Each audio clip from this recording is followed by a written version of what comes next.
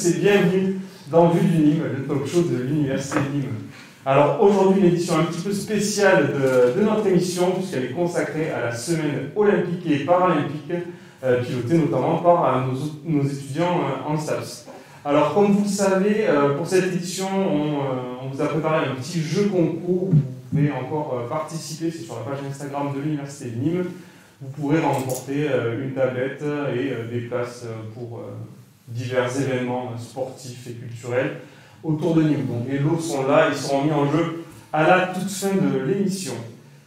Donc on va commencer cette émission. On retrouve autour de moi Benoît Rouag, le président de l'université. Bonjour Benoît. Bonjour Yannick. Bonjour à tous et à toutes.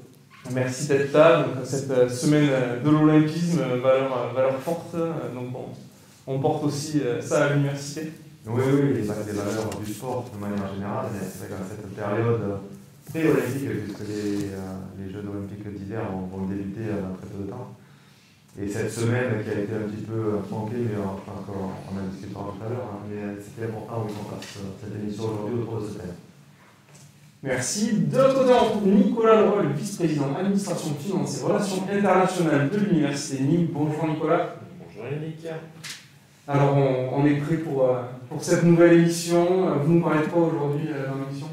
Oh, de choses merveilleuses. Parcoursup, les journées portes ouvertes, on va s'amuser comme des fous. Ah, c'est super.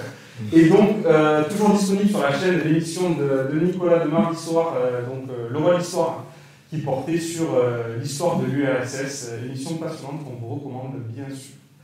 Donc allez, on va passer à la première rubrique consacrée à nos invités étudiants. Donc aujourd'hui, c'est la rubrique numérique, pardon, un petit jingle.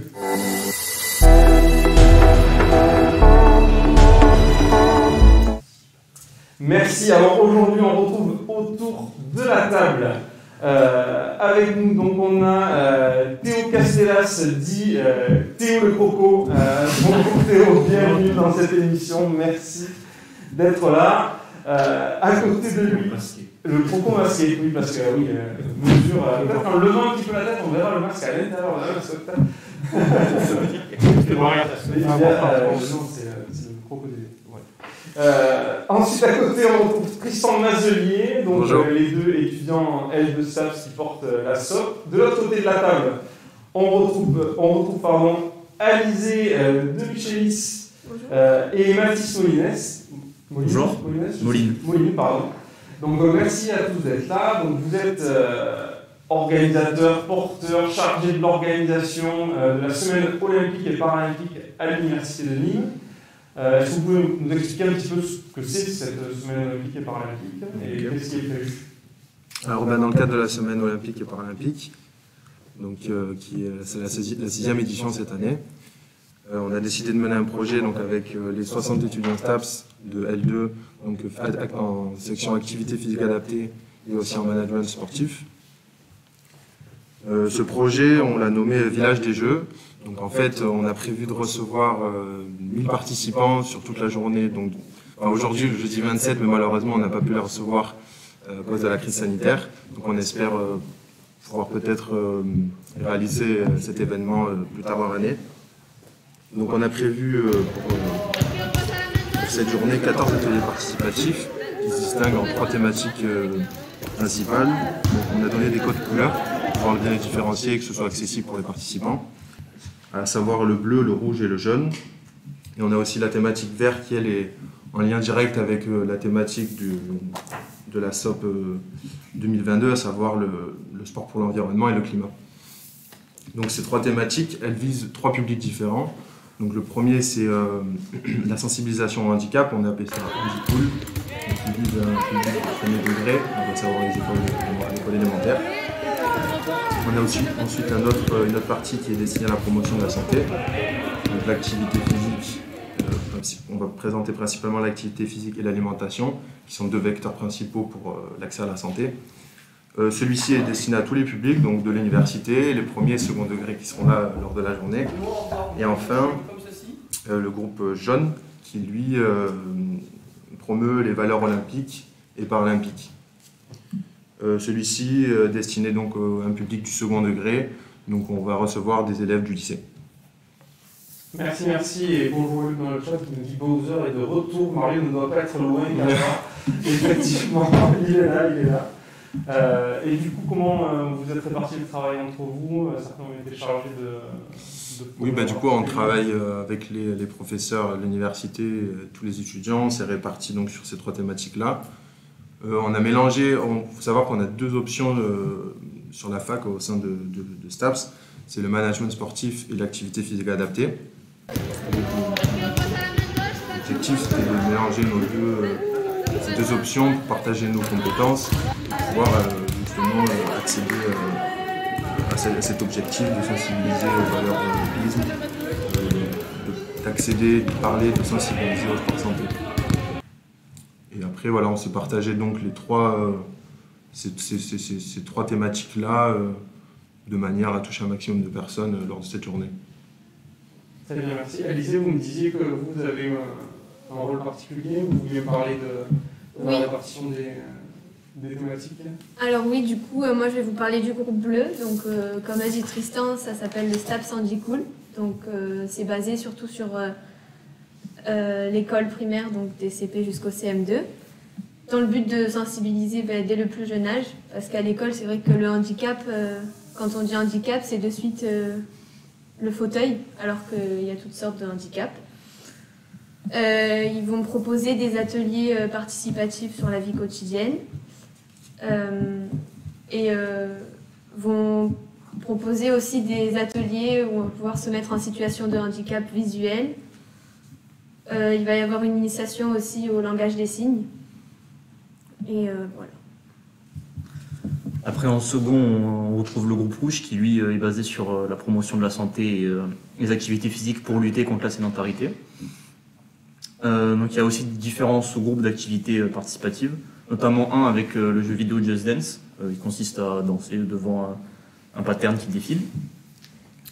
Après, on a des découvertes de nouvelles pratiques, genre par exemple Théo justement qui anime une activité sur les réflexes et sur les différents réflexes et comment sensibiliser à tout ça. Et en dernier aussi une sorte de conférence à la sensibilisation sur l'alimentation, sur la sédentarité aussi et comment manger sainement et mieux pour les activités physiques. Il y aura,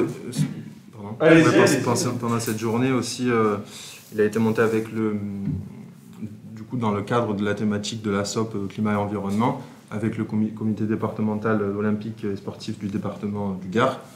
On a prévu de faire une exposition ainsi que une sensibilisation au climat. Et donc, on a aussi proposé pour certains ateliers de faire venir des athlètes donc, qui devraient être là le jour J pour justement témoigner auprès des participants de leur expérience, de leur vécu et répondre aux questions et répondre à leurs questions. C'est super, une super initiative en tout cas. Est-ce que vous avez des questions à leur poser également autour de la table Moi, j'ai bien une, puisque vous avez pas mal travaillé, et vous avez beaucoup travaillé, je trouve, au titre de l'université, je vous en remercie. Ça devait se passer cette semaine. C'est ça, malheureusement. Ça a été comment de la vie. Alors c'est intéressant du point de vue management de projet, puisqu'on se fixe une échéance et puis finalement l'échéance tombe à l'eau, donc il faut se remobiliser. Vous avez dû passer par des étapes plus ou moins importantes, des déceptions, pas des déceptions.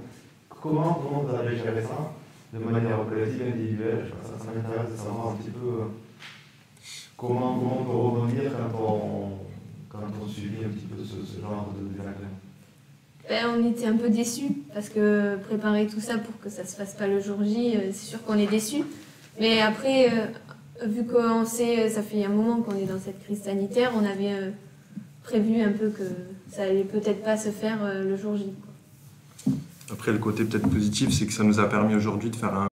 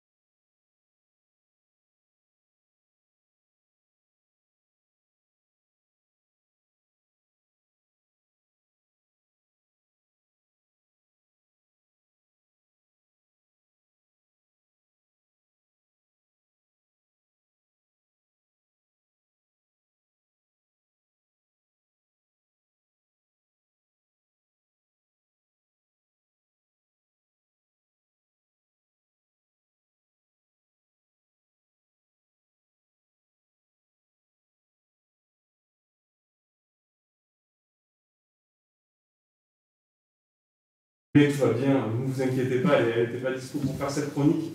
Mais on tenait à ce qu'il y ait une chronique culturelle dans Vue du Nîmes, et donc Anne-Laurence a gentiment accepté de tenir le flambeau de la culture dans notre émission. Merci beaucoup en tout cas d'être là. Merci à vous.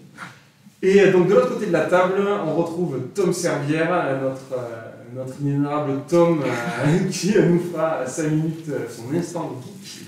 Bonjour Tom. Bonjour. Ça va? Ouais. Tout va bien? Fatigué. Là, Ouais. on sort d'un challenge réalisé un court-métrage en 48 heures qui était organisé par le Master Fiction de la fac. Donc, on a bossé. Un Vous peu avez bien fatigué. utilisé les 48 heures. On a bien utilisé les 48 heures, mais bon, on est là, on est présent et on est prêt pour l'émission. Très bien. Et donc, comme vous le voyez, une chaise vide à côté de Tom, puisque nous attendons Michael Guigou, donc de l'équipe de France de handball et de l'équipe nîmoise Lucem, également, qui va nous rejoindre dans quelques minutes, puisque donc ce sera notre invité qui sera dans la chronique du président, l'interview présidentielle. Mais ça, c'est pour tout à l'heure. Donc, je vous propose de passer à la suite de l'émission avec l'info du sucre, la chronique de Nicolas Leroy.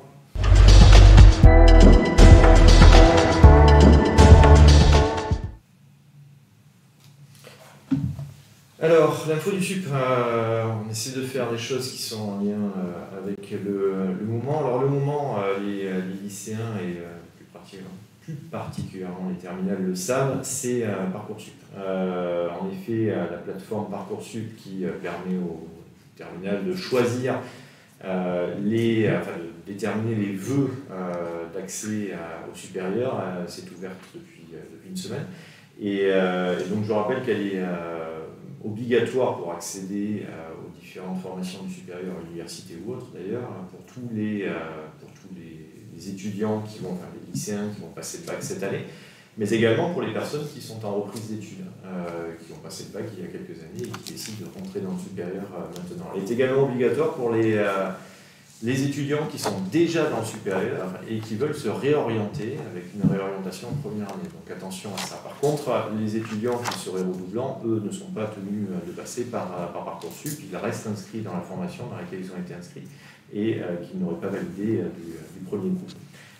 Donc la plateforme Parcoursup, il faut faire les vœux. Vous avez un petit peu de temps pour le faire. Vous avez jusqu'à la fin du mois de mars. Attention aux dates quand même. 29 mars, c'est la fin de cette première phase de vœux qui sont ensuite à finaliser dans la semaine qui suit. Et ensuite, les différents établissements d'enseignement supérieur vont étudier tous ces vœux et rendre des avis sur ces vœux, sachant que sur la base de ces avis, il sera possible de confirmer les vœux. La confirmation se fait ensuite au mois de juin et début du mois de juillet. Donc attention au calendrier. Vous avez encore un petit peu de temps. Alors, ce temps, il peut être mis à profit en prenant des informations sur les différentes formations, puisque ça aussi, cette saison, on est dans la période des salons lycéens. Il y a eu le salon de Montpellier qui a eu lieu la semaine dernière. Il y a le salon de Nîmes qui a lieu aujourd'hui même. Donc, pour ceux qui nous suivent en direct et qui seraient en terminale ou qui s'interrogeraient sur leur avenir, n'hésitez pas à aller au parc des expositions à Nîmes pour aller rencontrer les différentes formations d'enseignement supérieur, dont bien sûr l'Université de Nîmes. Ça va être également la saison des journées portes ouvertes. La journée portes ouvertes de l'université aura lieu le 12 février, donc c'est un samedi comme chaque année. Elle aura lieu sur 2 sites, donc le site des Carmes, qui est le site des sciences, et le site Vauban. Vous aurez la possibilité de rencontrer à ce moment-là les enseignants qui pourront vous parler des formations que vous envisagez éventuellement, qui pourront répondre à toutes vos questions de manière individualisée. Mais il y a également toute une série de conférences qui sont organisées. Il y a par exemple des conférences de présentation des différents parcours de la licence Sciences de la vie au Carme le samedi matin. Le parcours environnement, le parcours biologie, mais également la licence Accès Santé. Donc ça, c'est pour les sciences de la vie, pour le droit et pour la psychologie. Donc les étudiants qui veulent rentrer en licence Accès Santé pour pouvoir tenter l'accès ensuite en médecine, maïeutique, pharmacie, etc., peuvent suivre cette conférence et avoir les réponses à leurs multiples questions, j'imagine. Donc la conférence a lieu le samedi matin à 10h30. Au Carme et à Vauban, en fait, c'est retransmis en direct d'un site sur l'autre. Et ensuite, de toute façon, pour ceux qui ne pourraient pas y assister, la conférence sera mise sur la chaîne YouTube de l'université. À Vauban également, donc il y a toute une série de partenaires de l'université qui seront présents. C'est le cas du Crous, donc pour toutes les questions qui touchent aux bourses, qui touchent au logement, etc., vous aurez la possibilité d'avoir des réponses. Le service jeunesse de l'université, le BVE avec les associations, le bureau de la vie étudiante et les associations étudiantes, l'INSPE, donc pour ceux qui envisagent les métiers de l'éducation, sera présente, et bien sûr les différents services de l'université. Le service d'orientation, les relations internationales, la bibliothèque, le service des sports seront présents ce jour-là, avec des animations qui sont prévues également sur le site, on espère avec un beau temps. Ce serait encore mieux. Donc voilà, n'hésitez pas à venir le 12 janvier, on sera très heureux de vous accueillir à l'université, de vous faire visiter l'université et de répondre à toutes vos questions. Voilà Yannick pour les actualités. Merci beaucoup Nicolas, donc n'hésitez pas, hein, vous êtes aussi un petit peu nombreux sur le live, donc n'hésitez pas à poser vos questions directement si vous en avez. Il y aura le stand de la chaîne Twitch aussi. Il y aura un stand de la chaîne Twitch et du service recherche. Hein. Et oui, et du service recherche, effectivement, qui seront présents à cette GPO. Si vous avez des questions sur ce que font nos chercheurs, sur ce qu'est un chercheur, et pourquoi il ne s'appelle pas un trouveur. Peut-être qu'on aura des pistes à vous donner pour tout cela. Merci beaucoup pour cette chronique donc sur Parcoursup, n'oubliez pas, c'est maintenant, et les JPO qui arrivent à grands pas. On va passer à la rubrique suivante s'il n'y a pas de questions autour de la table. Donc la rubrique de Pierre qui est l'estudiantin.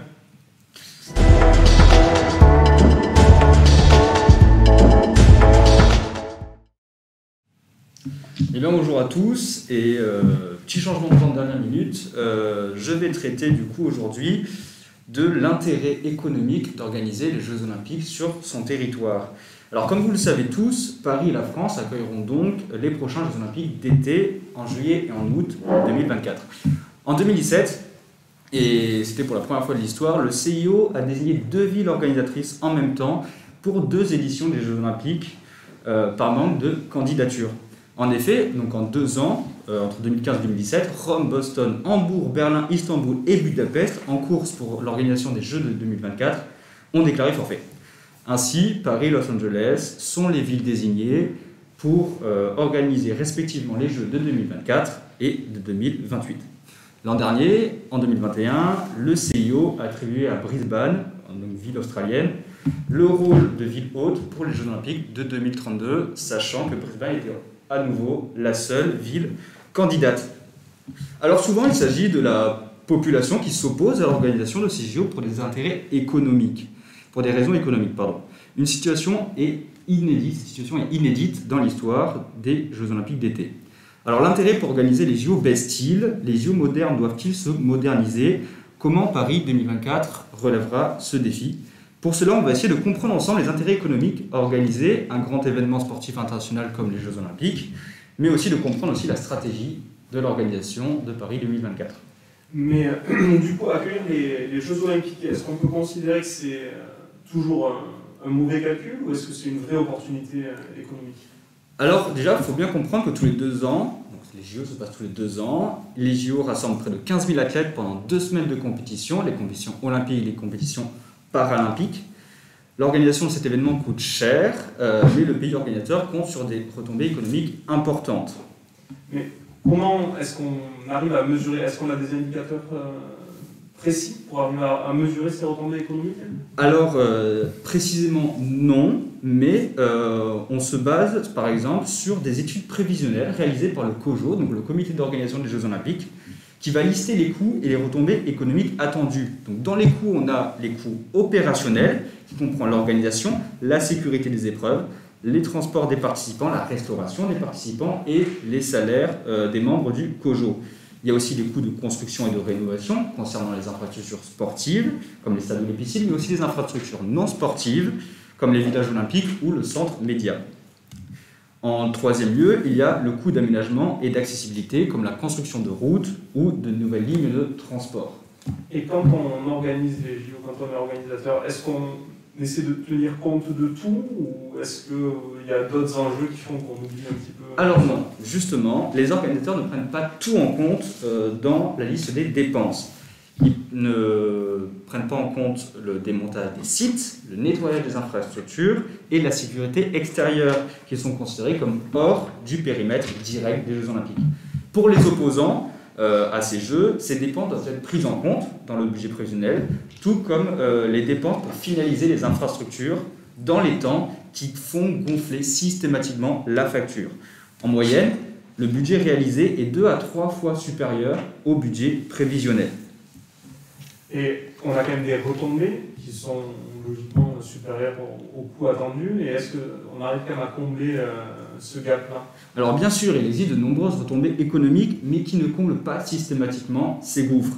Alors, parmi les retombées, il y a les retombées à court terme qui sont prises en compte dans le surplus d'activité sur le territoire qui est engendré par les Jeux pendant l'année olympique.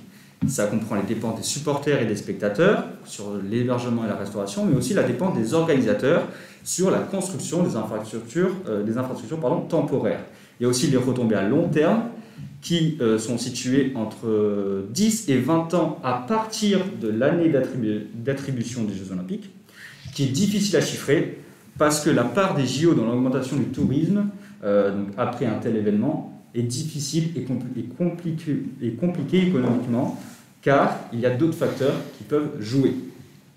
Donc en fait, on est face à un schéma qui ne fonctionne pas, et est-ce qu'on a des explications? Alors, c'est simple, depuis quelques éditions des JO, depuis une vingtaine d'années, le bilan économique des villes ou des pays hôtes est plutôt mauvais. Prenons l'exemple de Pékin. Initialement, le budget d'organisation de ces Jeux Olympiques était de 2,6 milliards d'euros. Ça peut être une grosse somme, mais c'est un faible budget par rapport à l'organisation des Jeux Olympiques. En réalité, il a été revu à la hausse à 32 milliards, soit une augmentation de 12 fois du budget ou de plus de 1000% du budget. De plus, son célèbre stade, le Nid d'Oiseau, est totalement abandonné. Il faut savoir que pour briller sur la scène internationale, même au niveau sportif, le pays organisateur est souvent prêt à dépenser en masse, au risque de déstabiliser son économie, comme le Brésil l'a fait après les JO de Rio en 2016. Très bien. Et pour Paris 2024, est-ce qu'on a essayé de changer un petit peu le paradigme pour arriver à des calculs peut-être un peu plus précis? Alors oui, l'organisation semble se moderniser. Déjà, le coût prévisionnel de 6,8 milliards d'euros, ce qui reste relativement raisonnable compte tenu de ces dernières années. Le budget de Paris est composé donc de 3,8 milliards de coûts opérationnels et de 3 milliards pour les infrastructures et les aménagements, sachant que les coûts opérationnels, je précise, sont l'organisation, le transport des participants, restauration des participants, salaire du comité d'organisation et la sécurité des épreuves. Les retombées, quant à elles, elles sont évaluées entre 5,3 et 10,7 milliards d'euros sur la période 2007-2034. Ce faible coût vient du fait que 95% des infrastructures existent déjà. Cela représente 10 fois moins d'équipements à construire que Londres 2012 et 15 fois moins que Pékin 2008, selon Michael Aloiseau, anciennement directeur général de la délégation Paris 2024. Les organisateurs avancent donc un budget qui semble maîtrisé. Les seuls équipements restants à construire sont donc le centre aquatique, un stade de 7500 places qui concernera la lutte et le basket, et un village olympique qui seront transformés en logements et en bureaux à la fin des Jeux Olympiques. Paris 2024 compte révolutionner la manière de concevoir l'organisation des JO. Une cérémonie d'ouverture avec un défilé de 6 km sur la Seine aura lieu. C'est la première fois qu'une cérémonie d'ouverture se déroule hors d'un stade. C'est très simple. Et donc ce serait ainsi la plus grosse en termes de spectateurs attendus, près de 600 000. De plus, d'un point de vue environnemental, un accord de jumelage olympique est signé le 23 octobre 2017 entre Paris et Los Angeles, notamment sur les engagements en matière de lutte contre le dérèglement climatique et la protection de l'environnement. Par ailleurs, les organisateurs ont un objectif précis en termes d'héritage pour 2024. Ils veulent faire rentrer l'esprit olympique au patrimoine immatériel mondial de l'UNESCO. Donc on peut s'attendre à ce que plus tard, l'organisation change totalement. Très bien, merci beaucoup Pierre pour se focus sur comment ça fonctionne économiquement pour calculer l'organisation des JO et voilà, montrer qu'on est quand même en train de travailler dessus pour changer un petit peu les manières de fonctionner qui jusqu'à maintenant n'ont pas trop fait leur preuve. Est-ce qu'il y a des questions sur ces points-là? Alors, j'ai pas eu de questions, mais je peux rajouter un point particulier, excusez-moi, concernant Tokyo 2020. C'est vrai que j'ai oublié d'en parler, mais avec la crise Covid, les CJO sont un échec total au point de vue de ces retombées. Plus de la moitié de ces retombées sont comptabilisées sur l'impact touristique. Et malheureusement, avec la non-venue des spectateurs, la billetterie donc à zéro, et le tourisme qui fonctionne au ralenti depuis 2 ans, les JO de Tokyo et le comité se sont un peu vautrés. Très bien, merci beaucoup Pierre. Alors que notre invité est en train d'arriver sur le plateau, la caméra est en équilibre. Donc, bonjour, merci beaucoup d'être avec nous. On accueille le multiple champion olympique, champion du monde, le handballeur de l'USAM, Mickaël Guigou. Bonjour Mickaël, merci beaucoup d'être présent avec nous autour de la table. Bonjour à tous, désolé de mon retard, je ne suis pas encore bien ni moi et j'ai oublié mon téléphone aujourd'hui, alors forcément la vie sans téléphone et sans GPS c'est compliqué. Bon, en tout cas, merci beaucoup de nous honorer de votre présence. On est vraiment ravis. C'est parfait parce que nous, on est sur une semaine dédiée à l'olympisme et au paralympisme à l'Université de Nîmes. Donc, c'est super de vous avoir avec nous. Donc, pour peut-être enchaîner directement, on va peut-être commencer par votre interview et ensuite on continuera la suite de l'émission qui se terminera par un jeu. Si vous pouvez rester avec nous jusqu'au bout, ce sera super. Donc on passe à l'interview présidentielle.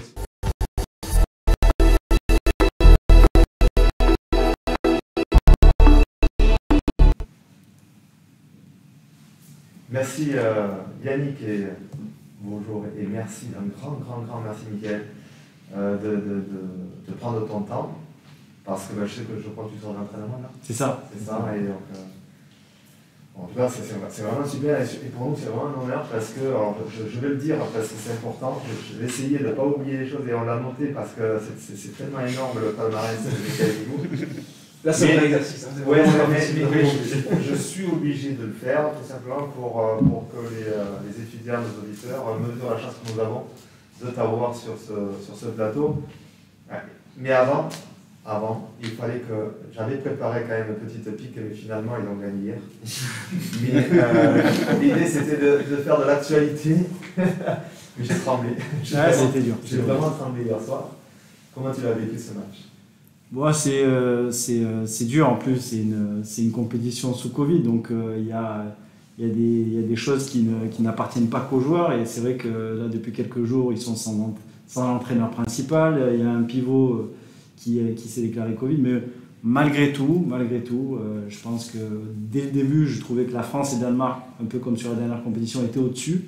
Et c'est un peu ce qu'on a vu sur le dernier match. Hein. C'est une équipe du Danemark qui n'a pas forcément quelque chose à jouer et qui joue bien, et qui pour moi est le favori avec l'équipe de France. Et puis après, il y a une équipe de France qui a malgré tout beaucoup de moyens, et c'est aussi la force de cette équipe, on le voit par rapport aux autres. Dès que les titulaires sont impactés, ça baisse vraiment d'un niveau, et l'équipe de France, malgré toutes ces blessures, tous ces cas Covid, a réussi à maintenir ce niveau qui lui permet d'aller en demi-finale. Alors pour ceux qui nous écoutent et qui ne suivent pas l'actualité handballistique, c'est le championnat d'Europe qui se déroule en Hongrie. C'est ça. Tu y étais la première semaine. Je suis passé le week-end dernier et j'ai assisté à leur seule défaite. Du coup, je suis vite rentré pour leur porter bonheur de loin. Voilà. Et la France a gagné hier contre le Danemark, fini première de sa poule. Oui. Et donc voilà, en demi-finale, et affrontera la Suède. Voilà, vendredi 20h30. C'est vendredi 20h30, donc soyez devant vos écrans et supportez l'équipe de France. Donc je reviens au palmarès de Mickaël, qui a terminé sa carrière en beauté, puisqu'il a été le capitaine de l'équipe de France au dernier JO de Tokyo, avec la super médaille d'or. Au préalable, il avait déjà été 2 fois auparavant champion olympique, alors de mémoire, j'ai noté c'était 2008 et 2012, C'est ça. mais il a aussi participé à 2 autres, hein, donc ça fait 5 JO, Ouais. en 2004, 2008, 2012, 2016 et 2020, et ça en fait l'athlète, le sportif qui a participé le plus à des Jeux Olympiques, avec, je crois, Nico Karabatic, je crois. Ah, dans le handball, peut-être, ouais, dans le handball. Ouais. Et Parce que après, au-delà, j'étais à côté d'une pongiste qui avait dû faire je sais pas combien, qui avait une quarantaine d'années, qui avait fait je sais pas combien de jours. Donc oui, dans le handball possible, après... Et même dans les sports au niveau français, vous êtes les seuls à avoir fait 5 JO. Je sais pas, mais oui, c'est sûr que... Je crois que oui. En tout cas, on a fait les 4 dernières finales et on a gagné 3, donc c'est déjà rien que ça, c'est important que stat. Michael soit là, parce que comme c'est une émission consacrée au JO, on va en reparler, mais il faut aussi rappeler que tu as été, alors c'est où aussi triple champion du monde, triple champion d'Europe, et tu as 10 médailles d'or à ton palmarès sur les grandes compétitions. C'est ça. Tu les apportes. C'est vraiment impressionnant qu'elle les porte en fait. J'ai ramené la médaille des JO dans mon sac. C'est assez impressionnant. Et après, bon, il a joué beaucoup de temps à Montpellier. Bon, ça, on n'y en veut pas, puisqu'après, il a rejoint Nîmes. C'est ça. Non, parce qu'on a une petite réalité. Ah oui, je sais, hein, j'ai été de l'autre côté aussi. sur tous les points, en fait. Voilà. Et non, là, c'est vrai que tu fais le bonheur. En tout cas, tu fais le bonheur de spectateurs et de fans de l'USAM, parce que ça fait vraiment plaisir de te voir t'investir comme tu le fais pour notre équipe. Et, en tout cas, à titre personnel de l'université qui soutient fortement l'USAM, on t'en remercie et on espère que ça va durer. Bon, même si, je sais pas, je peux te poser la question, ça en est de... Laquelle? De ton futur, en fait. Est-ce Oui, que tu vas continuer encore à repeinter les parquets? Alors les parquets jusqu'à cet été, hein, je vais finir la saison avec l'USAM et puis ensuite j'accompagnerai le club comme conseiller du président par la suite auprès de David Tébib, voilà, pour continuer à faire grandir ce club qui c'est un bon club avec beaucoup de valeurs et j'aime ça, donc j'ai bien envie de continuer à m'investir là-dedans. Voilà la médaille, du coup la montrer, je sais pas s'il y a... On peut la montrer à la caméra. Non, mais c'est Si on peut avoir le plan d'en face. Ouais. Mais du coup, la médaille qu'on m'a fait passer là, je suis pas du tout à l'aise avec ça. Avec ton parcours sportif, arrive à soulever une médaille d'or. C'est logique quand même. C'est mérité. Ça, c'est mérité. Ça. Voilà. Je sais pas si vous voulez peut-être la faire passer. Ouais, je vais la faire passer. Alors si on revient un petit peu sur les JO, donc 5 JO, alors c'est un peu bateau la question, mais on a tendance à te poser la question.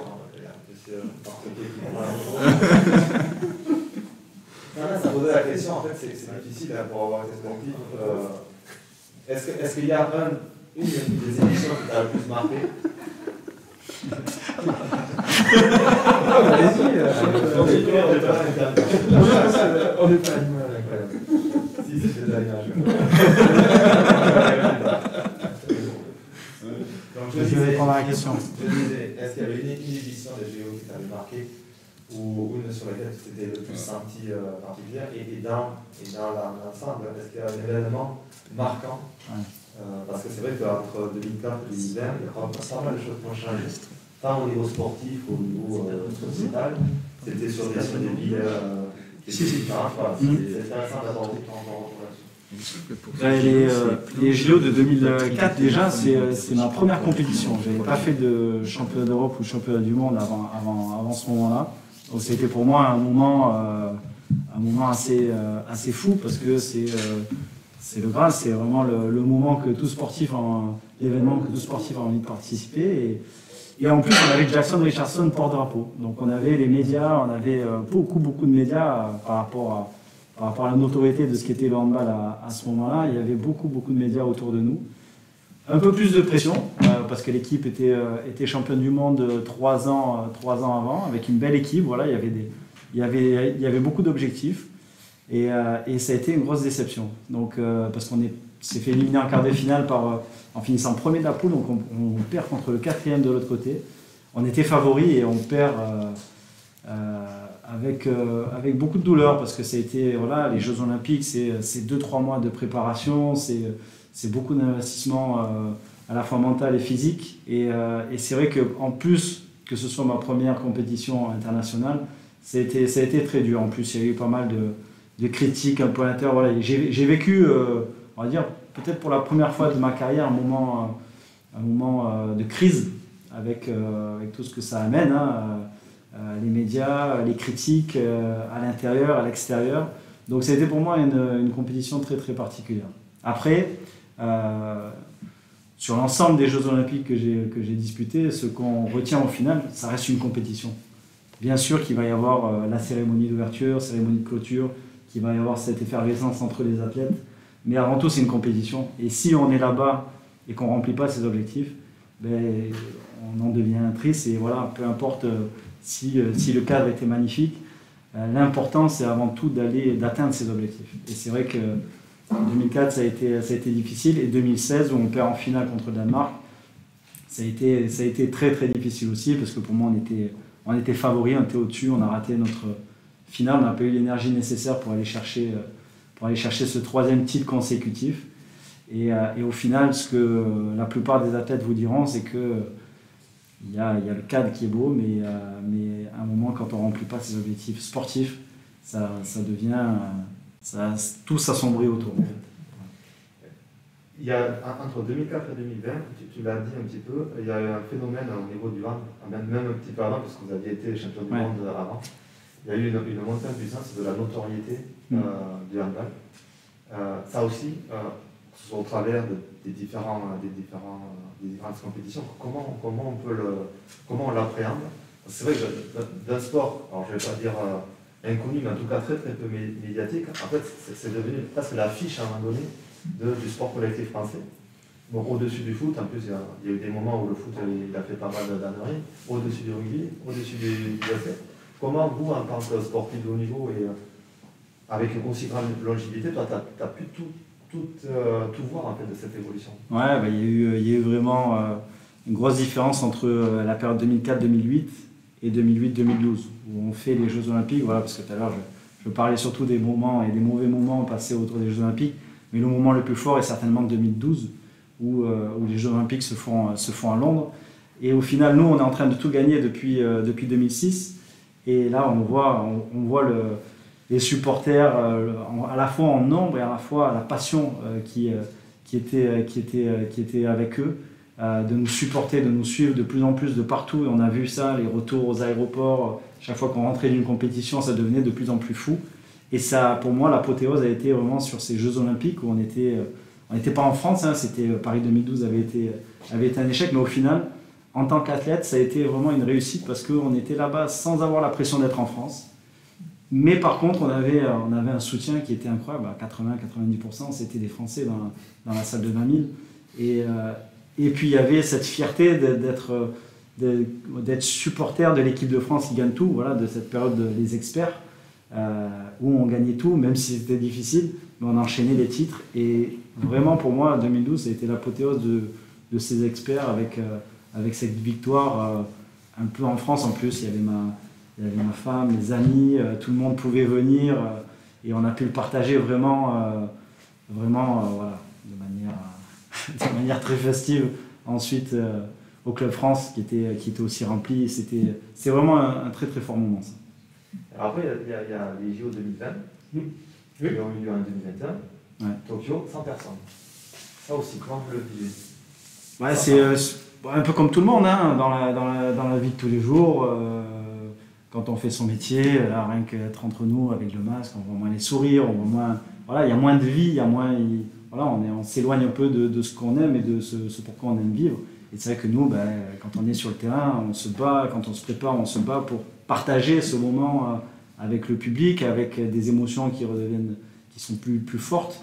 Et puis on a appris, un peu comme tout le monde, à vivre avec, c'est-à-dire nous, voilà, pas de public, donc du coup à devoir trouver à l'intérieur de l'équipe d'autres ressources, d'autres forces qui ben voilà, il faut aller chercher plus loin. C'est pas le public qui va nous transmettre son énergie quand on est en difficulté ou quand on est dans un enchaînement de choses positives. Donc voilà, il a fallu aller chercher loin parce que, bon, d'autant plus, je vais parler pour ma personne, c'est qu'à un moment, bon, quand j'avais 38 ans au moment où devaient se passer les Jeux Olympiques 2020, et au final, reporter d'un an de 38 à 32 ans, surtout quand mentalement on s'est donné vraiment ce moment important de fin de carrière internationale. Reporter d'un an, ça a été très dur. Ça a été très dur, mais voilà, j'ai fait l'effort mental avec mon coéquipier Lucas Ballot qui est de l'autre côté sur l'aile droite.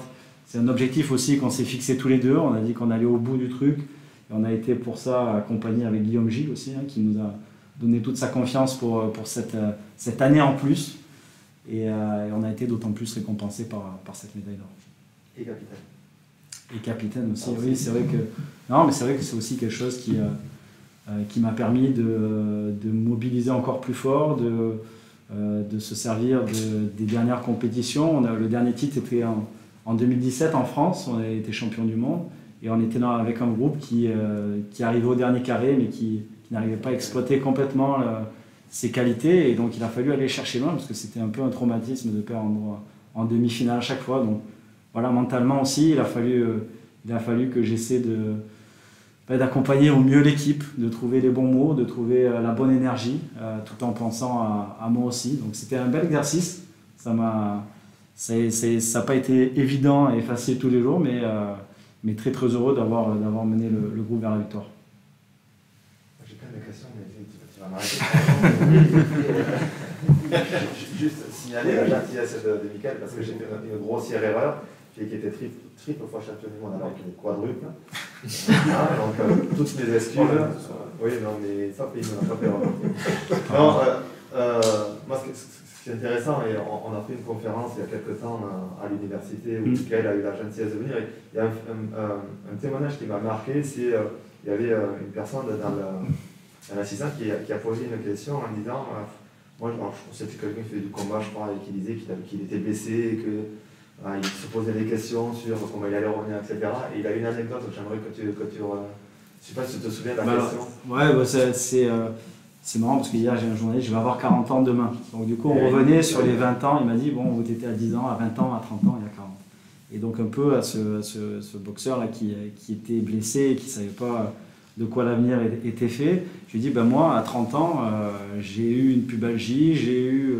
plein de blessures. Si je vous raconte comment se sont passés mes Jeux Olympiques en 2012, je vais faire vite fait. C'est un blocage au genou pendant la préparation où les chirurgiens me disent tu ne pourras pas faire la préparation, tu ne pourras pas faire les Jeux. J'insiste, je la fais, je me fais une déchirure la veille du premier match et je finis la compétition en ayant le genou qui peut à peine se plier et des inflammations et une douleur à l'adducteur. Donc à ce moment-là, quand j'avais 30 ans, pour moi... c'est impossible d'imaginer qu'aujourd'hui, à la veille de mes 40 ans, je sois encore sur le terrain, à être encore performant et tout ça. Donc voilà, je lui ai juste dit qu'à un moment, il peut exister des solutions. Des fois, il n'y en a pas. Des fois, on peut tout essayer. Ça peut être mental, ça peut être physique. Moi, la solution était une opération de la double hernie inguinale qui m'a complètement soulagé au niveau de ces douleurs et qui a calmé beaucoup de choses. Donc voilà, j'ai dit, il faut espérer, il faut à la fois, bien sûr, travailler, essayer de trouver les solutions et savoir s'entourer aussi des bonnes personnes. Donc, c'est tout ce que je lui souhaitais. Ouais. Ce qui était magnifique, c'est j'ai un problème de genou, j'ai eu une déchirure et je suis champion olympique en 6 ans. Je me suis fait opérer quand même une semaine après pour nettoyer le genou parce que j'étais allé En fait, ce qui s'est passé, et là aussi, on s'aperçoit que le mental est quand même assez incroyable, c'est que je finis vraiment quart de finale, demi-finale et finale à un très bon niveau. Le genou, quand on fait les flexions, comme je vous dis, il y avait vraiment, j'arrivais quasiment pas à le plier. Et ce qui s'est passé, c'est qu'à 30 secondes de la fin, il y a Lucas Ballot qui marque le but du +2. Et là, à ce moment-là, je sens mon genou qui gonfle. C'est-à-dire qu'on va, voilà, mentalement, on va au bout du truc et une relation entre le corps et le psychique qui est tellement fort. Bon, après, le genou, il est resté comme ça. En plus, on a un peu dansé derrière. Ça n'avait pas aidé. C'est l'année de la table de l'équipe ou pas? L'année de Vous avez un petit peu abîmé la table. Ouais, j'ai fait pas moi. pourquoi là le plateau est bien.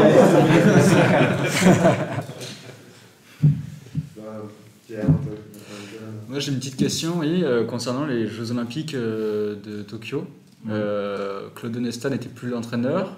Vous êtes passé, si je ne dis pas de bêtises, c'est Guillaume Gilles qui a pris le relais. Comment on gère ça quand il y a un mix de générations qui vient dans une équipe qui est imposante, qui domine son sport depuis près de 15 ans? Comment on gère justement cette situation entre justement ce changement de situation au niveau de l'entraîneur, ces joueurs cadres, on va dire, pour pas dire âgés, et cette nouvelle génération qui arrive? Comment on gère ça? Ouais, intelligemment, comme l'a fait Guillaume Gilles. Alors, il y a eu, entre Claude Onesta et Guillaume Gilles, il y a eu Didier Zinard, qui a été là qui a été champion du monde 2017, et qui a été remercié en début d'année 2000, juste avant le Covid. Et c'est vrai qu'en fait, ce qui est particulier avec ce sélectionneur, Guillaume Gilles, c'est qu'il a été champion olympique avec moi en 2012. Oui. Avec lui, on a gagné tous les titres de 2008 à 2012. Il a arrêté d'ailleurs sur ces Jeux Olympiques-là. Et c'est vrai que on a une relation de confiance parce que on se connaît parfaitement. Mais après, on respecte aussi le rôle de chacun. Voilà, c'est que on a vécu des choses en tant que coéquipier, et puis derrière, on va se préparer, on va vivre des choses en tant que entraîneur, joueur. Voilà. Et moi, en plus, c'était mon entraîneur et j'étais son capitaine. Et on avait donc du coup une relation qui devait aiguiller un peu tout le monde, parce que comme vous l'avez dit, il y avait 2-3 générations un peu à l'intérieur de cette équipe. Et c'est vrai que, on s'aperçoit, la jeune génération, c'est un peu plus sur les téléphones, il y a une autre manière de voir les choses, il y a une autre manière de leur parler, de faire passer des messages aussi. Donc ensemble, on a essayé de faire tout ça, et ça a été intéressant aussi, parce que c'est pas simple, mais voilà, prouver qu'on a réussi. Et vous concernant, quand vous êtes venu à l'ISAM, je crois que vous avez signé pour 2 ans, avec une année renouvelable et possibilité d'une reconversion professionnelle derrière. Ouais. Donc il me semble que vous arrivez au bout de ces 2 ans.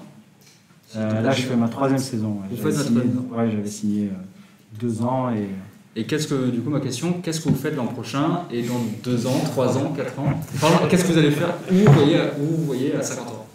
Ouais, ce qui est bien, c'est qu'avec le journaliste hier, on a déjà eu la question. Donc, j'ai dit que je serais avec l'USAM en Ligue des Champions.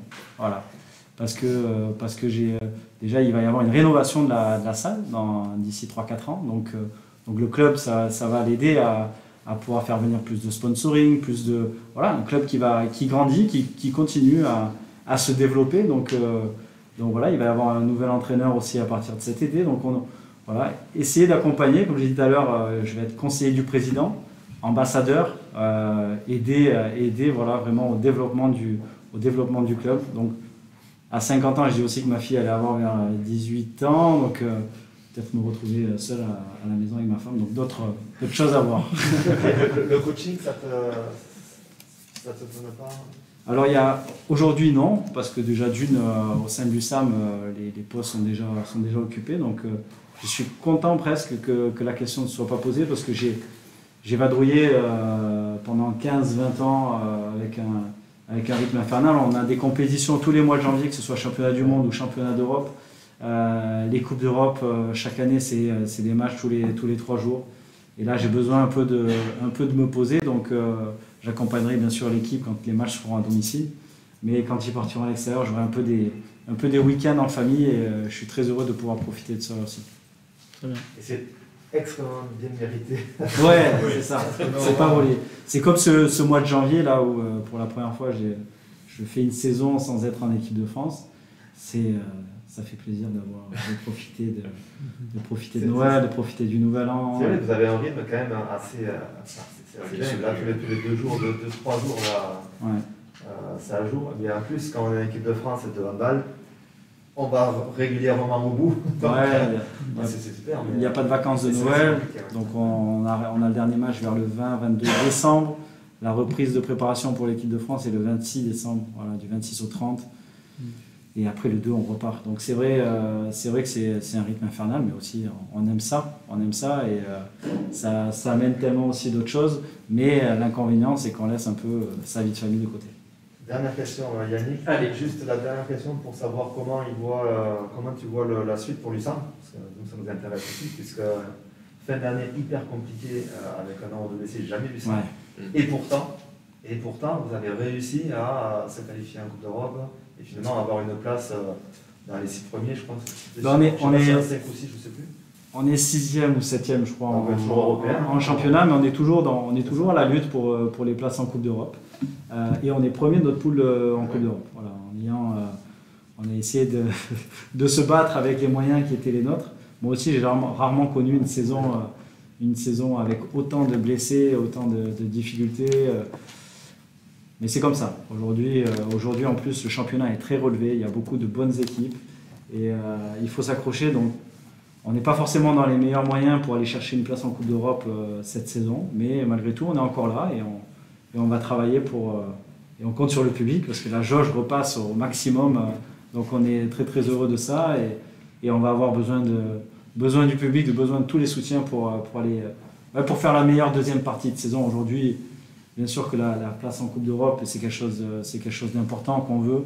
Mais on veut aussi, ce qu'on disait tout à l'heure, en période de Covid, on veut tout simplement aussi vibrer, partager avec les gens de manière sympathique. S'il y a des beaux matchs, tant mieux, mais voilà, qu'on ait au moins cet échange qui manque un peu. En tout cas, nous, on sera là. Oui, on sera là. On est assez assidus avec Nicolas. Donc, encore un grand merci, vraiment, d'avoir été là. Et si tu peux rester un petit peu, mais si tu as des choses là, on l'a dit, mais demain, c'est l'anniversaire de Michael. Vous avez préparé le... Voilà, on peut avoir des choses à préparer aussi. Encore merci. Il nous reste peut-être un quart d'heure, 20 minutes d'émission. Si vous voulez rester jusqu'au bout, il y a un petit jeu. Vous pouvez représenter un étudiant qui pourra gagner un lot. Ça va être formidable. Donc je vous propose de passer à la suite de l'émission avec les recommandations d'Endurance pour les lectures et autres biens de consommation culturelle de manière générale autour du sport et des Jeux Olympiques. Et donc c'est le moment de Culture Unique.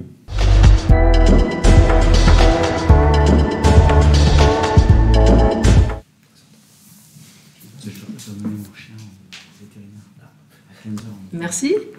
Alors effectivement, j'ai élargi un petit peu la thématique. Au-delà de l'olympisme, on va parler sport dans nos recommandations. Et voilà, première recommandation, c'est Handball 2018, le livre d'or. Donc évidemment, un petit clin d'œil à notre invité. Mais au-delà de ça, c'est un livre qui pourra ravir les novices, comme moi. D'abord parce qu'il y a des belles photos. Et les articles sont clairs et synthétiques. Par exemple, vous pourrez revivre la fameuse remontada de légende de Montpellier face à Pampelune en 2003. Donc vous y étiez, vous aviez à peine 20 ans, je crois. Ouais, 21. Ouais. Voilà. C'est ça. Et c'est un livre qui pourra aussi ravir les spécialistes parce qu'on peut retrouver la composition des équipes, des statistiques, des fiches techniques. Par exemple, si vous voulez décortiquer et vous entraîner à réaliser la fameuse passe après contact de Nicolas Karabatic, toutes les astuces sont là. Et puis, cerise sur le gâteau, il y a aussi quelques chapitres consacrés aux filles qui sont aussi très performantes en handball et qui sont championnes du monde 2017. Oui. Une revue, c'est Sciences Humaines. C'est un numéro de 2015, voilà, avec un dossier de 20 pages consacré au sport qui s'intitule « Le sport, une philosophie ». Donc, Sciences Humaines, c'est le magazine de référence pour comprendre l'humain, on va dire, et la société à travers l'actualité des sciences humaines et sociales. Et là, dans ce dossier de 20 pages, on a des articles signés par des philosophes, des économistes, des sociologues, des psychologues, pour décortiquer donc, le sport dans tous ses aspects. Et chose intéressante aussi, Sciences Humaines existe en ligne. Et on peut s'abonner à des newsletters justement pour rester informé de tout ça. Ensuite, j'ai choisi un film. Voici l'affiche du film. C'est $1 Million Baby de Clint Eastwood. C'est un magnifique film qui est sorti en 2005 en France et qui est adapté lui-même d'une nouvelle d'un écrivain américain, F.X. Toole, qui était lui-même entraîneur de boxe. Donc l'histoire, c'est celle de Frankie, joué par Clint Eastwood himself, qui est un entraîneur de boxe un peu vieillissant et qui gère une petite salle d'entraînement avec un de ses anciens poulains, Scrap, qui est joué par Morgan Freeman. Et un jour apparaît Maggie, interprétée magnifiquement par Hilary Swank, qui veut boxer. Et avec sa rage et sa détermination à arriver, elle va convaincre Francky de l'entraîner, alors qu'il lui dit au début « non, j'entraîne pas les filles ». Donc il va changer d'avis, elle va le convaincre de l'entraîner et elle va aussi combler le vide qu'est la vie de Francky. Donc c'est un film de boxe féminine en l'occurrence, mais c'est aussi bien plus que ça, puisque c'est un film qui traite de grands thèmes, la réussite à tout prix, au-delà des clivages sociaux, le star system et le fanatisme du public, les relations familiales, le vieillissement, la maladie, la mort, la vieillesse. Voilà, donc c'est un très très beau film, très très émouvant. On passe à un tout autre registre, une bande dessinée qui s'appelle Les Fantômes de Séville. Alors là, je vous parle d'un temps que les moins de 40 ans n'auront pas vécu, mais dont ils ont peut-être entendu parler. Et en tout cas, vous pouvez regarder la vidéo sur YouTube. Je vous parle donc, cette BD parle d'un match qui a opposé la France et la RFA, comme on disait à l'époque, lors de la demi-finale de Coupe du Monde de foot à Séville, donc en 1982. Et oui, un traumatisme encore bien vivant. Donc à la 58e minute, une ouverture lumineuse de Platini envoie Battiston quasiment seul devant le but allemand. Et le gardien allemand, Harald Schumacher, sort de ses buts sans même regarder le ballon et il percute violemment Battiston qui retombe inconscient sur le sol et sort du match sur une civière. 1 heure plus tard, la France s'incline après une séance terrible de tir au but. Et c'est une injustice, une tragédie, un véritable traumatisme national. Donc tout a été dit, ou presque, sur l'attentat de Schumacher, comme on a dit, la supériorité française sur ce soir-là sur le terrain, les pleurs de Platini, l'espoir, la haine. Alors tout a été dit, ou presque, puisque Didier et Fred, 2 copains fans de foot, mais à la limite de la névrose quand même, ils décident de nos jours de mener une enquête. Et voilà, vous saurez tout sur cette enquête dans cette BD qui s'adresse aux fans de foot, bien sûr, mais pas que, parce que c'est drôle et franchement, c'est captivant jusqu'au coup de sifflet final.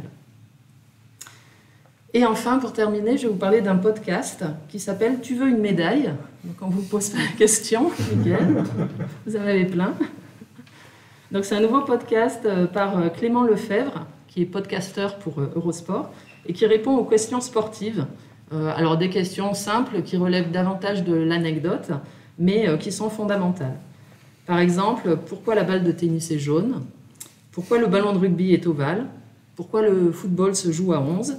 Pourquoi les joueurs sont-ils en blanc à Wimbledon? Voilà, autant de questions fondamentales auxquelles répond le chroniqueur, donc en 3 minutes top chrono, et donc on ressort de ces podcasts avec c'est un format court mais efficace qui en apprend beaucoup. Et moi, personnellement, j'aimerais bien savoir pourquoi la petite balle de hand, pourquoi le petit ballon, il colle à la main. Et comment? Pourquoi il colle, oui, c'est évident, parce qu'il faut quand même pouvoir le tenir, faire des gestes, faire des roucoulettes, et c'est vrai que sans colle, comme on demande dans la plupart des gymnases, pour ne pas les abîmer, c'est très très compliqué de jouer, et ça enlève un peu de spectacle au handball. Merci. Et merci Anne-Laurence pour toutes ces recommandations qu'on retrouve à la BU. Hein. Bien sûr. Oui, tout est présent, donc vous pouvez venir emprunter tous ces ouvrages et revues directement à la BU. Et films. Et des films aussi, oui. On a un énorme rayon DVD à la bibliothèque. Très bien, merci. Je crois que Mickaël doit nous laisser. Je suis désolé, j'arrive en retard, il faut que je parte après. mais je reviens problème. Quand vous voulez. Non, c'est l'inverse. Vous revenez quand vous voulez. C'est plutôt dans ce sens-là. Avec plaisir, ça marche. Merci encore pour l'invitation. Merci beaucoup. Et à bientôt. Merci. Au revoir. Du coup, je vous ai tourné le dos tout le temps. Au revoir, merci beaucoup. Très bien, maintenant on va continuer notre émission. Il nous reste une rubrique avant de clôturer avec notre jeu de fin. C'est Tom qui nous présente l'instant geek.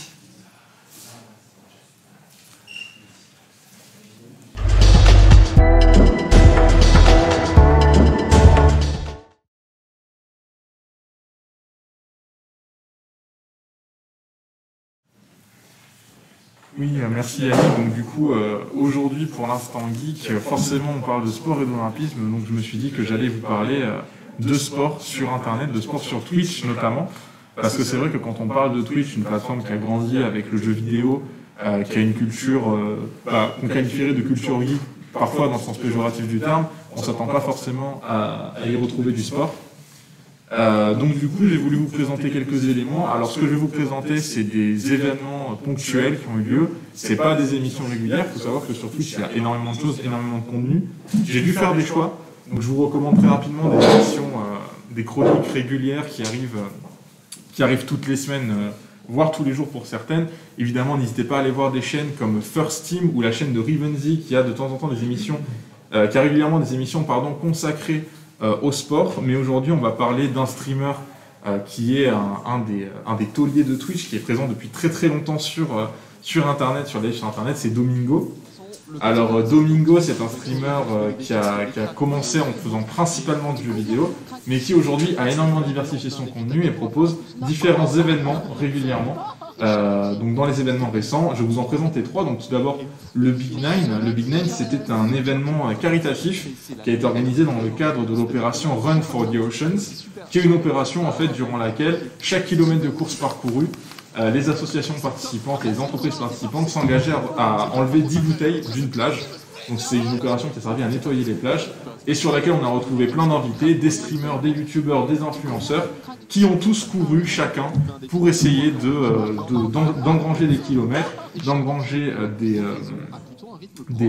nettoyages des plages et des dons pour le live. Donc là on peut voir quelques images.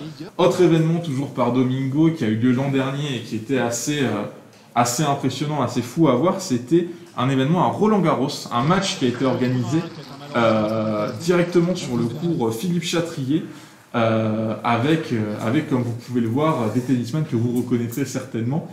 Un match avec un autre streamer, pour le coup Zerator, donc c'est des matchs en double avec un streamer Zerator, qui est aussi un des grands noms de Twitch, vous avez sûrement entendu parler du Z-Event. Et du coup, on a eu ce match qui était commenté, sur lequel il y avait des challenges, des vannes. C'est un événement super cool à voir. N'hésitez pas d'ailleurs à aller voir, les VOD sont disponibles. Donc c'est un événement absolument fou, auquel a participé notamment Gaël, mon fils, qui stream aussi sur Twitch. Donc si ça vous intéresse, n'hésitez pas à aller voir ça. Et enfin, un autre événement qui lui est un peu plus récent, c'est l'Échappée. En tout cas, la 3e édition de l'Échappée. Donc l'Échappée, c'est une émission, c'est un événement de cyclisme qui est organisé du coup sur le jeu Zwift. En fait, c'est un jeu sur lequel on relie un vélo sur place et on peut revivre la difficulté des pentes, on peut revivre des événements cyclistes. Et donc du coup, c'est un événement que Domingo a organisé déjà plusieurs fois, sur lequel on invite pareil des streamers, des youtubeurs qui s'affrontent justement sur cet événement, sur des pistes cyclistes. Donc c'est un événement assez sympa avec pareil toujours des gens qui commentent, des gens qui font des choses. C'est très très sympathique. Et évidemment, si on parle de Twitch, on parle de jeux vidéo et qu'on parle de sport, on pense à l'e-sport. L'e-sport, donc c'est la pratique du jeu vidéo à un niveau compétitif tel qu'il peut être considéré comme un sport au niveau de l'investissement physique, de l'investissement des joueurs et du niveau de jeu qui est proposé. Donc là, vous avez des images de League of Legends, qui est probablement le plus grand jeu e-sport aujourd'hui, qui est un jeu qui domine la scène e-sportive depuis des années et des années. En ce moment, sur League of Legends, il y a plein de choses. On a la LFL qui est en cours. Donc la LFL, c'est une compétition française, donc avec des équipes françaises qui s'affrontent. On a la LCK aussi en ce moment, donc qui elle est la compétition coréenne. L'e-sport sur League of Legends, donc on peut le retrouver notamment sur la chaîne OTP, One Trick Production. C'est très sympa à regarder.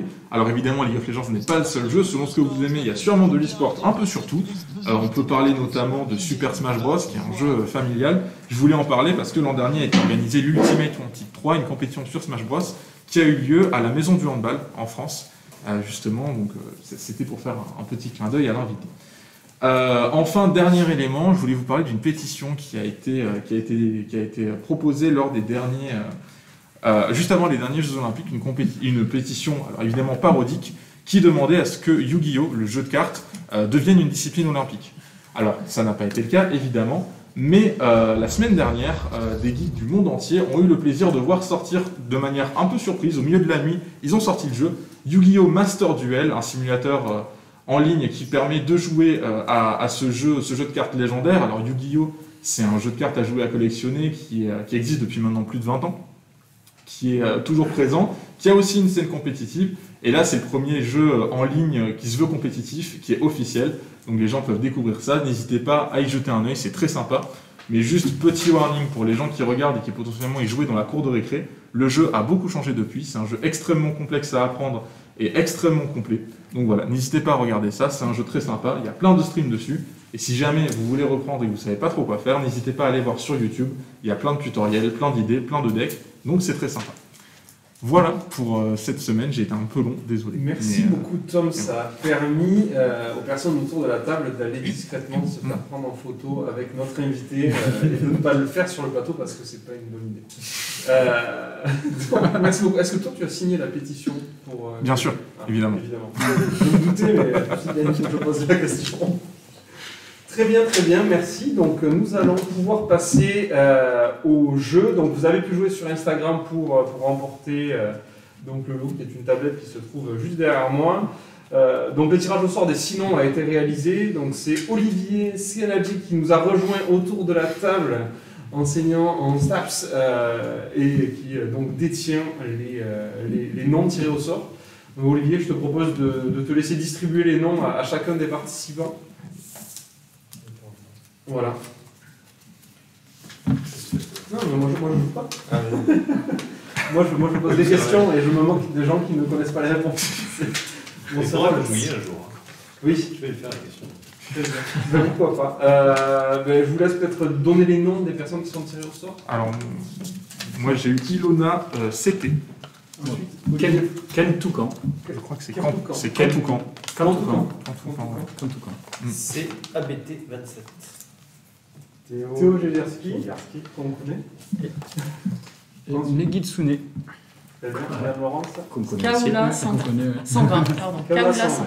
Très bien, donc sachez déjà que vous avez gagné quelque chose puisque les lots seront répartis avec le premier remportera une tablette, le second des places en VIP, il me semble, pour aller voir un match de l'USAM. Ensuite, il y a des places de cinéma et des places pour aller voir l'équipe de hockey sur glace de Nîmes également. Donc vous repartirez de toute façon avec quelque chose. Je vous propose de m'emparer de la boîte magique qui contient les lots que je viens de t'apporter. Ah bah je vais casser. Hop. Ça fait bien sur la table. C'est tout à fait bien conditionné, ne vous inquiétez pas. Alors aujourd'hui, je vous donne un petit peu de matériel, désolé. Aujourd'hui, déroulement un petit peu particulier du jeu, puisque je vais poser des questions. Chacun, ce sont que des questions de rapidité. Vous devrez répondre. Le premier qui a la bonne réponse remporte une clé. Et il y a 11 questions pour 11 clés qui sont dans cette enveloppe. Et une seule clé ouvre la boîte. C'est donc la personne qui aura répondu à la question qui donne la clé qui ouvre la boîte qui permettra de faire remporter le jeu à l'étudiant qui le représente, sachant que pour les classements 2, 3, 4, 5, enfin 6, on fera au nombre de bonnes réponses et par tirage au sort en cas d'égalité. Voilà pour le règlement du jeu, les bases étant bien posées.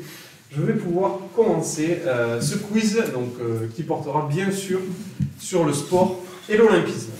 Alors, je vais faire comme d'habitude et dissimuler les questions. Alors, je vais essayer de l'avantage géographique. Alors, les questions ne sont pas forcément extrêmement complexes, il va falloir être rapide. Certaines sont un peu difficiles, mais c'est surtout des questions de rapidité. Le premier ou la première qui donne la bonne réponse gagne une clé. Quelle personnalité française, vous avez le droit à une réponse chacun. Une fois que la réponse est donnée, vous ne pouvez plus participer. Okay. Quelle personnalité française, personnalité historique française est à l'initiative de la création? Très bien. Ah, on peut répondre avant la fin. Vous pouvez répondre bien sûr avant. Je laisse Pierre tirer la bonne réponse. Pierre de Toa, Coubertin, qui est la personnalité française à l'initiative de la création des JO modernes. J'ai raté celle à laquelle je pouvais répondre. Deuxième question, la réponse va être un peu longue.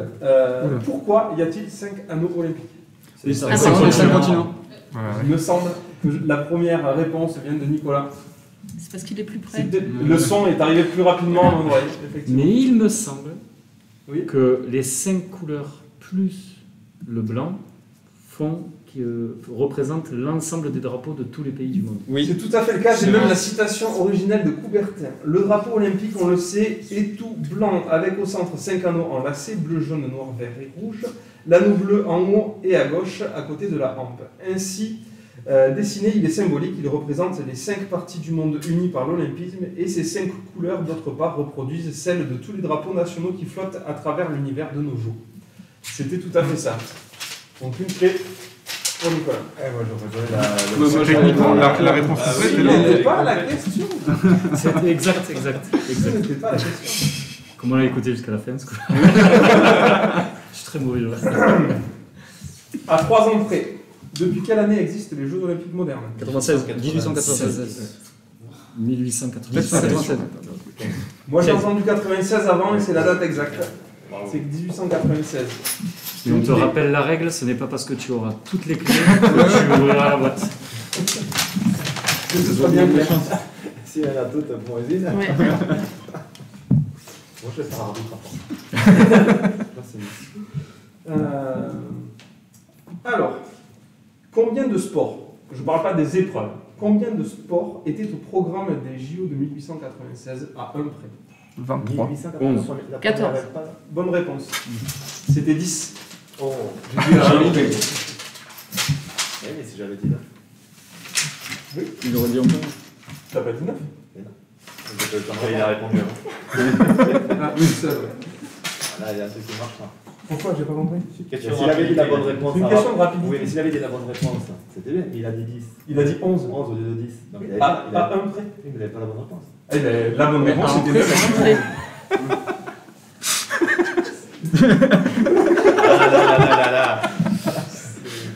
Le poste là, il avait l'air. Léger malaise sur le papier. Il avait dit 11 et 9. C'est tout. Oui, c'était une bonne réponse aussi, 9. C'est qu'il avait dit 10 après lui. Ah ben c'est trop tard. C'est à un près après. C'est à un près, donc c'est celui qui répond en premier. Je comprends pas les règles. Très bien, à savoir que je compte, il y avait discipline de vélo sur piste et vélo sur route qui comptait un sport chacun. C'est catégorisé pas comme le même sport. Ça change tout. Et ouais. Tout à fait. Fallait le dire avant. Quelle était la principale particularité vestimentaire des athlètes? Ils étaient nus. Oui, tout à fait. Des JO antiques, ils étaient C'est la seule que je peux Alors, ils étaient nus, pourquoi? À l'origine, ils portaient au tout début des vêtements, mais c'est arrivé quelques temps après, j'ai pas les dates exactes, mais effectivement, le concours est nu. Ensuite, à 3 ans près.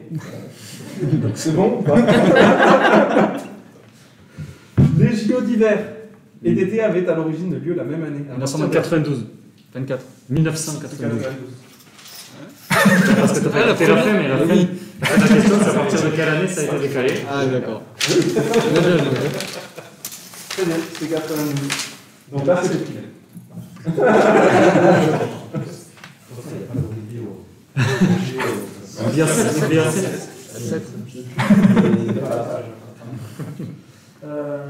Ensuite, question.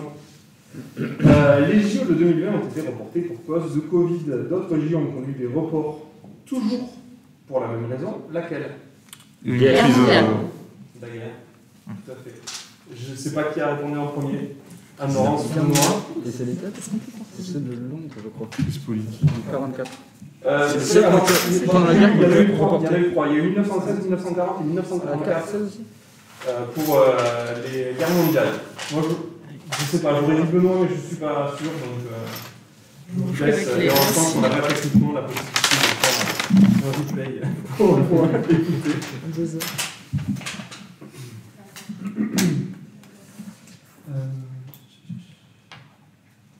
Quel athlète américain? J.C. Owens. Michael Vous Phelps. savez, vous avez droit qu'à une seule réponse. Donc il ne reste plus que Nicolas et Anne-Laurence en lice. J'en connais pas d'autres. Quel athlète américain a remporté le titre olympique de saut en hauteur en 1968 à Mexico? Osbury. Aucun regret. Parce qu'il y avait une petite anecdote que c'était trouvable. Sinon, tout à fait. Qui a donné le nom à la technique. C'est ça. Qui a mis au point, bon, on n'est pas certain que ce soit vraiment lui qui l'a inventé, mais en gros, il a au moins perfectionné la technique du saut. Sa popularité. Il a surtout rendu beaucoup plus agréable à regarder, parce que le ciseau, c'était pas terrible. Par contre, il sautait très très haut. Oui, je crois que c'était autour de 2 mètres. Exactement, 2 mètres. Quel athlète est l'athlète le plus titré aux Jeux Olympiques? Michael Phelps. En France, c'est Martin Fourcade. Pour 5 titres olympiques. Combien il reste de clés? 2. 2 clés. Monsieur Théo, là. Il suffit d'une. Ah, comme on l'a vu dans l'émission, les mascottes ont désormais un rôle important dans le sport, mais aussi dans les JO. Quel animal était la première mascotte? Un lion. Une coque. Non. Le premier mascotte, je crois que c'était au jeu de chien. Un chien, bravo. C'était un teckel.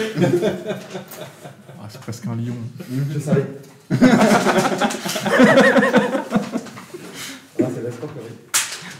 Il reste une clé.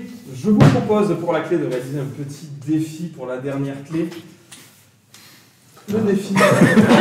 J'ai peut-être une chance. Vous pouvez. Tout de suite. Alors, je ne touche pas à l'urne, mais je la pose juste à côté de moi. Vous pouvez vous saisir des raquettes de ping-pong qui se situent devant vous. Il va y avoir des catastrophes. Elles sont assurées. Je vais vous donner une balle de ping-pong. Chacun et chacune. Tom a vu les répétitions, donc il sait en quoi le jeu consiste. Vous allez devoir réussir à faire tomber la balle de ping-pong dans le carton en lui faisant faire au préalable un rebond sur votre table. Avec la raquette. Avec la raquette, évidemment. Sinon, ça ressemblait un peu trop au beer-pong et on a dit que c'était pas super. C'est une discipline très honorable, cependant. Pardon? Pour répondre. Celui qui arrivera à mettre la balle dans le carton qui remportera la clé. Et si personne. On n'a pas dit vous? C'est raté. Et s'il y en a plusieurs qui arrivent, on aura des systèmes de finale. Pas de cher. C'est pas grave, Olivier. C'est filmé, mais c'est pas grave. Yes. Yes, le Benoît Nicolas. Il faut que ça rebondisse d'abord sur la balle. Bon. Et si personne ne gagne. Ah, ben j'ai d'autres défis à réaliser. Non, deuxième défi. Ah, non, quand même. Puis c'est pas deuxième. Regardez. Il ramasse toutes les balles. C'est pas très olympique, Oh là là. mais c'est compétitif. Let's go. Vous allez chacun prendre un jeu de cartes. Je pensais vraiment que vous alliez réussir Excuse-moi. à mettre. Voilà. Alors, Tom plaisante, mais il a assisté aux répétitions sur le jeu. Et j'ai réussi du premier coup. Voilà. Simplement, je tiens à préciser. Bon, regardez si c'était faisable. Vous allez avoir 40 secondes pour faire le château de cartes le plus haut possible. Sur la table. Vous pouvez utiliser une feuille, si vous voulez des feuilles, je peux fournir les feuilles. Ouais, bah oui. Oh putain. Ah non. Pardon. Le plus haut possible. Le plus haut possible. Anne-Laurence, est-ce que tu veux une feuille? Non, c'est bon. Non, c'est bon, oui. Ça aide. Non, attention, je l'ai pas dit top. Hein. Bien, ça triche. Il va y avoir une disqualification. Attention, 3, 2, 1, c'est parti. On comptera le nombre d'étages en 40 secondes. Je vais compter toutes les 10 secondes. Yes. 10 secondes.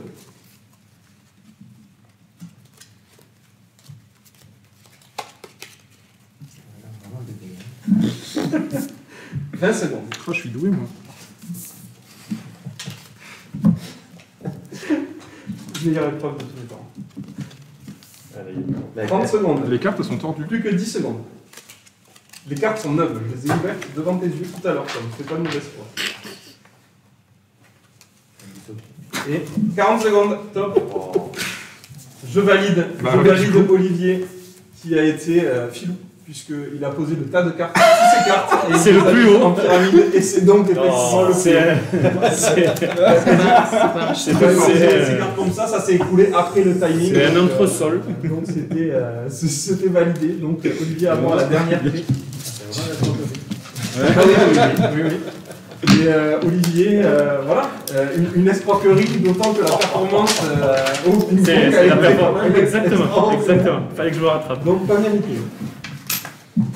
Je vous propose de faire tourner l'urne et d'essayer vos clés. Montrez-les-moi avant, je sais quelle clé ouvre. Donc Parce que je ne fais pas cette forme-là. il faut insister. Non, mais voilà. Vas-y, Tom.